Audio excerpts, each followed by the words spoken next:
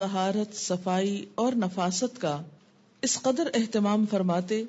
کہ سفر میں بھی بنیادی ضرورت کی چیزیں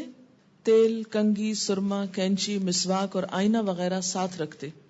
آج کل کچھ عرصے سے یہ بات رواج پائی ہے کہ سفر کے دوران اپنا بیوٹی باکس یا کٹ ساتھ رکھا جائے جس میں ضرورت کی تمام چیزیں ہوں، یا جہازوں میں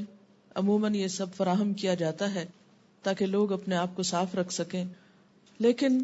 نبی اکرم صلی اللہ علیہ وسلم کے مزاج مبارک میں اس قدر صفائی اور طہارت تھی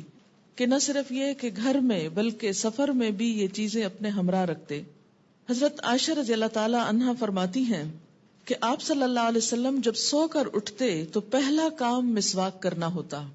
جب بھی باہر سے گھر تشریف لاتے تو پہلے مسواک فرماتے، حتیٰ کہ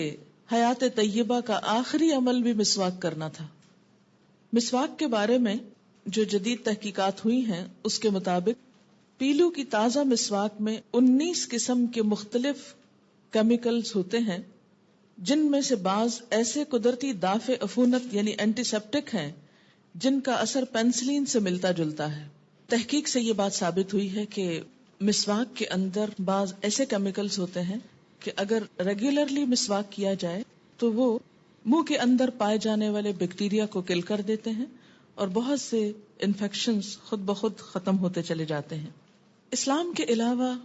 دیگر مذاہب کے اندر طہارت کے بارے میں وہ اہتمام عموماً نہیں پایا جاتا جس پر اسلام نے زور دیا ہے۔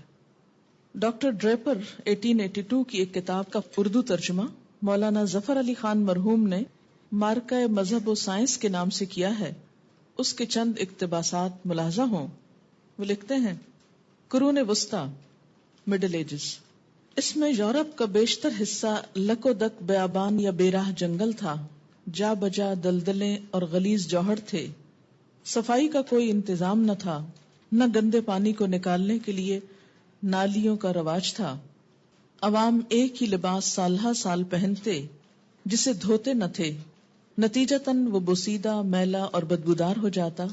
نہانا اتنا بڑا گناہ تھا کہ جب پاپائے روم نے